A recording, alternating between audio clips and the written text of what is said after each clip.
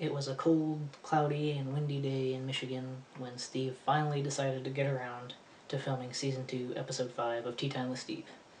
Hey guys, Steve Blair with TeaTime Productions here, with Season 2, Episode 5 of TeaTime with Steve. This episode's featured tea is going to be green lemongrass. It's a pretty good one. I'm following the tradition that is in Season 2. This, just like every other tea in this season, is from the Brighton Tea Company. There will be a link right here as well as in the description. It's pretty good. It's kind of like a regular green tea, but you kind of have like a faint lemon in the background. I wouldn't say it's really an aftertaste because you can taste it right away, but it's really subtle. It stays in the background. It's nice. It's a light flavor. Let's hear the description that the Brighton Tea Company has for it. I have actually found the pamphlet again. If you are a regular watcher of this series, I know I lost it a couple episodes ago.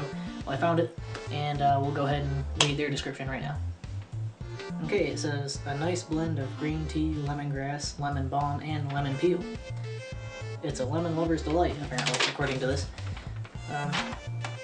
It is pretty good, actually. I'm still not sure which one's my favorite. It has been a while since I've had Brighton Tea Company tea, since I haven't filmed an episode in a while, and I only have enough just to do an episode of this plus one more tea bag of that kind. So I'm trying to save as much as possible, because you never know when I might actually need both bags for one episode.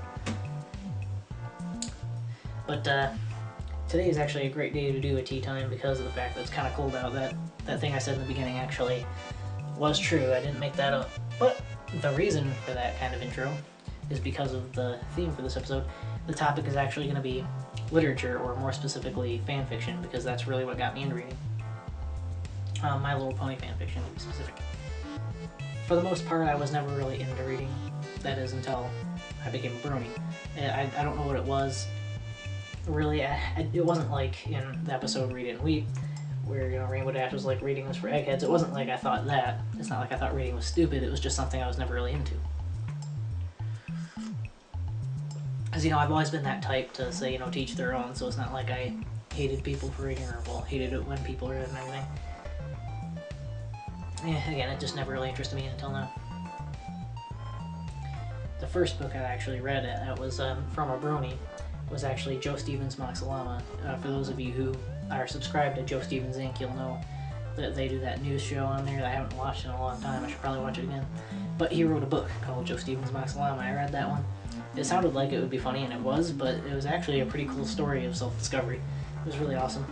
I bought that one on, I think it was like Amazon Books, like a long time ago. It wasn't very much. It was like less than $1. So I read that one, and that kind of got me into it. So I started reading other fan fictions and listening to dramatic readings and stuff. Mostly short stories, though, because I could never really get into the whole novels thing. For some reason, I just didn't have the patience for reading yet at that point to actually sit down and read something that had multiple chapters. It's probably because nothing really interested me that much. For a long time, my favorite fan fiction was My Little Daddy. And, you know, I listened to other dramatic readings like Pinky Watches Paint Dry. I really like slice of life type stuff. And then there was, what was it called? Luna, There's a Sentient Race Inside Your Mane, something like that. That was a good comedy one. Mike the Microphone also did a dramatic reading of that. He was the one who I'd go to for a lot of my dramatic readings, was him. But the one novel I can actually sit down and read, fanfiction of course, is Background Pony. That's the book I've really been into, and I've been reading it for a while. I know it's an old one, but I just recently discovered it, probably like, was it late 2014? I can't remember exactly when it was. I know it was less than a year ago, and I've been reading it on and off. That's why I haven't finished it yet. I'm actually on chapter 12, because I'll go through bursts, so I'll read it, and then I'll stop because I get too busy doing this kind of stuff. I absolutely love the way that book is written, and this is the longest book I've ever, well, I'm ever going to read from front to back, most likely. But it's definitely the longest one I've read front to back so far. Even though I'm not done, I know I'm going to finish it, because this is just too good to put down, you know? For those of you who've read it, you know what I'm talking about. It's just so amazingly written, even though the guy's name is kind of weird. Short Skirts and Explosions is the guy's name. I'll put a link to it in the description down below. Awesome, awesome author, despite his screen name. I think that if it weren't for the obvious copyright issues, that this book should actually be published into a real book. It's amazing. It's kind of interesting how it starts. The framing device is these journal entries, and it actually starts in the middle of the story. And you fill in the blanks through a series of flashbacks through these journals throughout the story. I've gotten to a point where it's actually back to the present, and the journal entries aren't doing flashbacks anymore, it's actually going through the present. But it's pretty interesting. It starts out with a journal where Lyra, who's the main character, is asking, you know, where did music come from, and is doing a whole philosophical thing on music, and that's actually what got me hooked right away. It was just that beginning.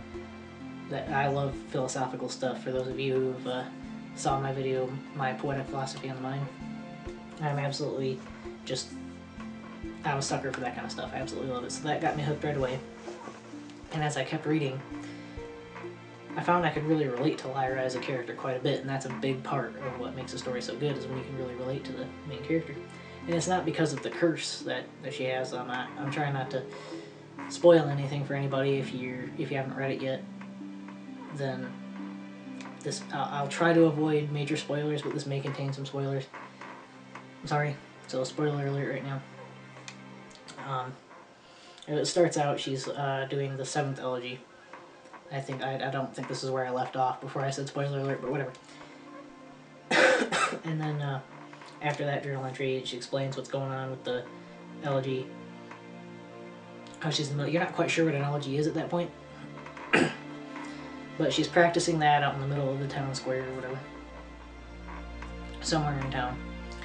And it goes through this whole thing where she's talking to herself again. It's still the journal entry at this point. It's pretty awesome.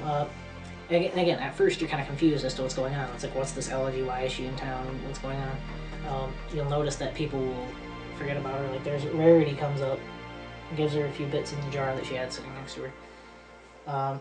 And she says she feels bad about it. You don't know why until she walks into the store across the road, and then comes back out like an hour later or something like that, and starts talking to her as if she had never met her before. And you're like, what is this all about? That's kind of weird. And then later, after she's done playing, she'll go to Sugar Cube Corner, and apparently even Mrs. Cake forgets about her, so you're starting to see a pattern at this point. That's the curse that's on her, is people will forget about her in a matter of time or distance. It's one or the other. It could be a random amount of time, could be 5 minutes, could be 5 hours, doesn't matter, or a certain amount of distance away. And I'm not sure how many yards it is, it probably changes just like the time thing, but it's never really explained, at least not as far as I've gotten.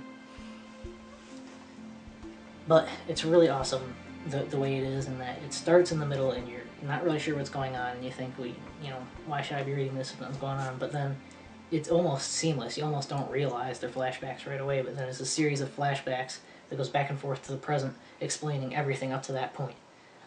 And it's really awesome. And then I've gotten to the point where it's just going off into the present now, but I love the non-linear writing style that Short Scripts and Explosions has for that. And I remember where I left off, it was that I could really relate to Lyra as a character. And it's not because of the curse itself, obviously, otherwise I could never do YouTube, because everyone would just forget about my videos right after they watched them, but, well, that and all evidence of me is wiped out if I have that curse, so the videos could never even be edited or anything, but I digress. It was the really caring nature of Lyra that I could relate to at first, and how much she wants to help people despite the fact that she doesn't get any kind of reward in return. Her, it's because of that curse. Me, it's just because, well, I don't really expect anything back from people in this society, but, sometimes I'm surprised when people do. I'm not saying nobody ever does do anything good back, but, I consider myself to be a pretty selfless person when it comes to others. I go out of my way and I'll sacrifice things in my own life to help others with their problems. I could really relate to that. And a lot of the struggles that these ponies that Lyra was helping, I could relate to those too. And the extreme depression that Lyra herself would feel throughout the story. Again, I don't want to spoil anything, so for those of you who haven't read it, just read it and you'll know what I'm talking about. There's different situations she'll find herself in other than just the loneliness of the curse itself, although if there's one thing I know, it's loneliness. There's different things, like there's involving a certain pony, a specific pony, those of you who've read it, you know what I'm talking about, where she'll get depressed about that. because, you know, nobody can remember, so there's obviously going to be a problem there. So I could relate to that loneliness as well as just the general loneliness and just that depression and the philosophical nature that comes with it. It's just, oh, it's so awesome. Everything about it is like, so many times when I was reading it, I would have to stop and I would be like me and Lyra, you know, like we're connected, like we're one, you know. It's like this book was written just for me. It was just awesome. That book so far, and I'm a little over halfway through, but 2/3 of the way through it, has made me cry so many times. It's just awesome. It's made me laugh, it's made me cry, it's made me mad, it's made me happy. It's just, yeah, a full range of emotions it's given me, and I absolutely love it. And it's actually inspired me to write a couple poems too, so that's cool. Those of you who've been watching my videos for a while, you know I'm a poet. Although I don't write very often, and poetry as a topic isn't something I know a lot about, because, well, those of you who watch my videos a lot will know that in season 1 of TeaTime I tried to do an episode about poetry, but it didn't really work too well, and it was like I believe actually was the shortest episode of TeaTime to date. I think it's something about sad stories I absolutely love. And it's not even like the sad stories in the violent sense, like a lot of these grimdark stories are, you know. I go by actually I'm not sure if it's just Equestria Daily that goes by that whole kind of thing, slice of life versus grimdark and comedy. I'm not sure if other sites do that too, but that's the site that I get most of my fanfictions through, is Equestria Daily. They'll have posts with fanfictions in them that will lead you to FIM Fiction or whatever site it's on. But you know, something, I think my least favorite chapter, this is a part that's going to be just for the people who've read it, or who are reading it. Chapter 11, I believe, was the chapter. That's my least favorite. I believe that was the one where she was reading that ancient book, and it was going through the life of that Dr. Kumtov, or however you pronounce it, and his adventures. And while it does really fill in a lot of the blanks as to what's going on regarding the curse, I don't know, it just seemed like it was something about it that was my least favorite chapter, even though it was a cool chapter, just like every other chapter. It was enjoyable. It seemed to drag out a little bit too long, and I think it was because there was a lot of exposition going on there, you know, and not much else. For like half that chapter is just exposition, because you basically have a whole other story on top of the story that you're trying to learn everything with that, so you have this whole new set of exposition on top of what you're still learning about Lyra and her. It's a complicated story, so, you know.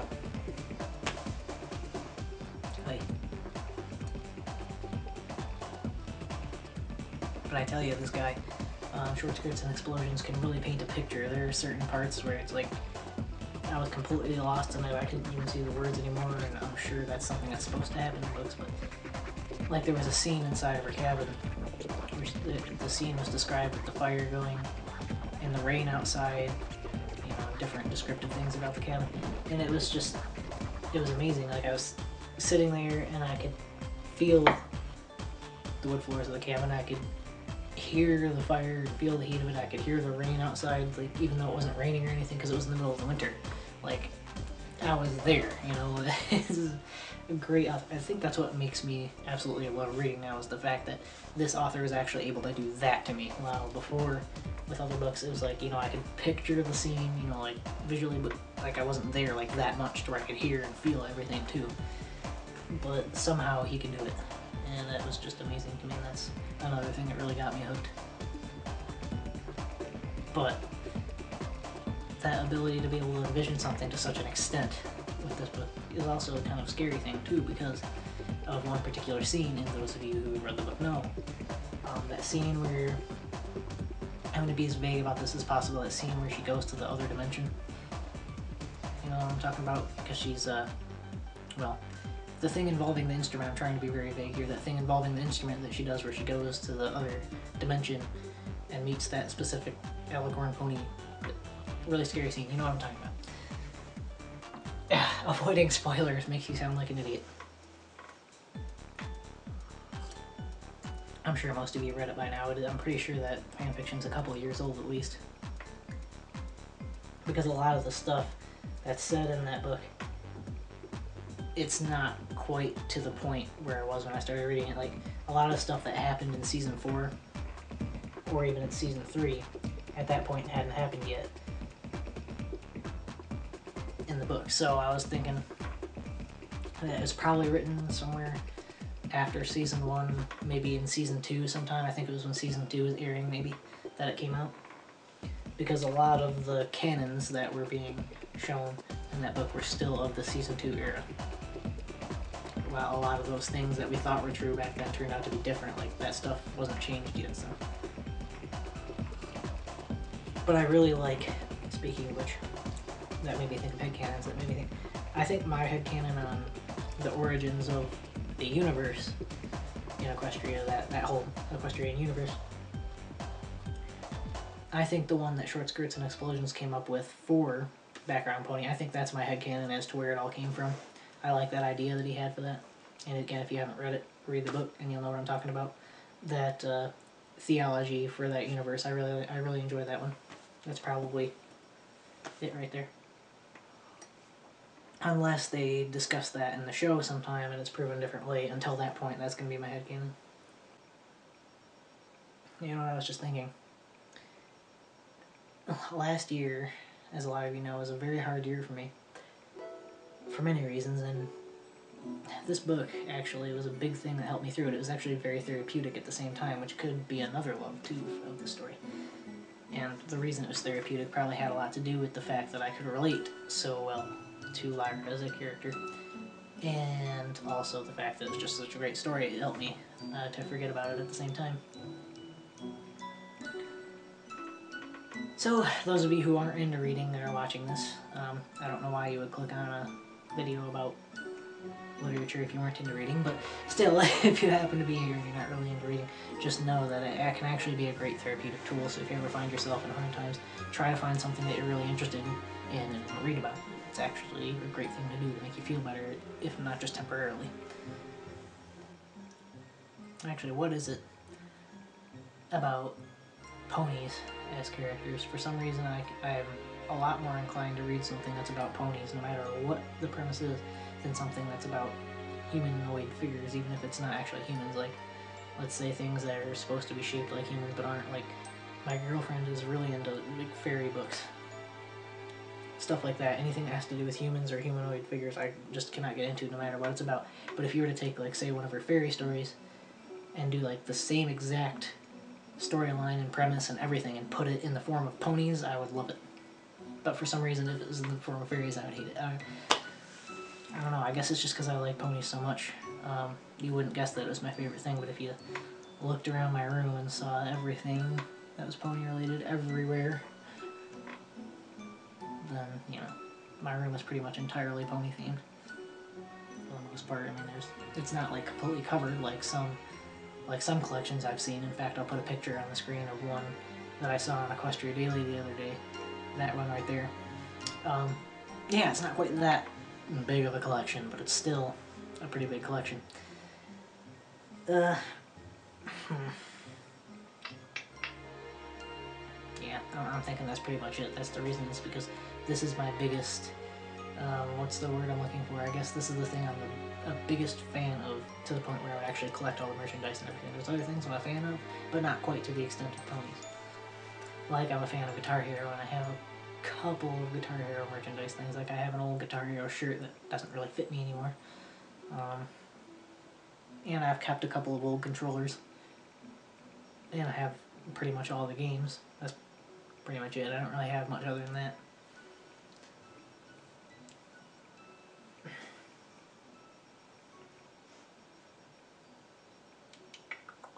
You know, I have a lot of fanfictions on my computer, but half of them I haven't read or haven't read all the way through yet. Like, I have 1 or 2 chapters of a lot of novels that I thought sounded interesting, so I downloaded 1 or 2 chapters, and half of them I didn't even read at all, and the ones that I did, I stopped a chapter or 2 in. But yeah, I think I really like myself more as a person ever since I got into reading. I feel like I'm more rounded now that I can actually get into literature as an art. Because, I mean, I like writing poetry, and I just like writing in general. In fact, I've been into writing short stories for a long time, but for some reason reading I couldn't get into. So now that I'm into the reading aspect of it as well, again, it just feels like I'm more complete as a person, you know? So, for those of you who don't read all the time, I definitely suggest something like that. Maybe not as a main hobby, but just as something to do every now and then. When you don't have anything else to do, try it. Look up some fan fictions or something. Maybe you'll find you'll like it too. Well, this has been Steve Blair of TeaTime Productions with another TeaTime episode for you, and I'll see you in the next episode.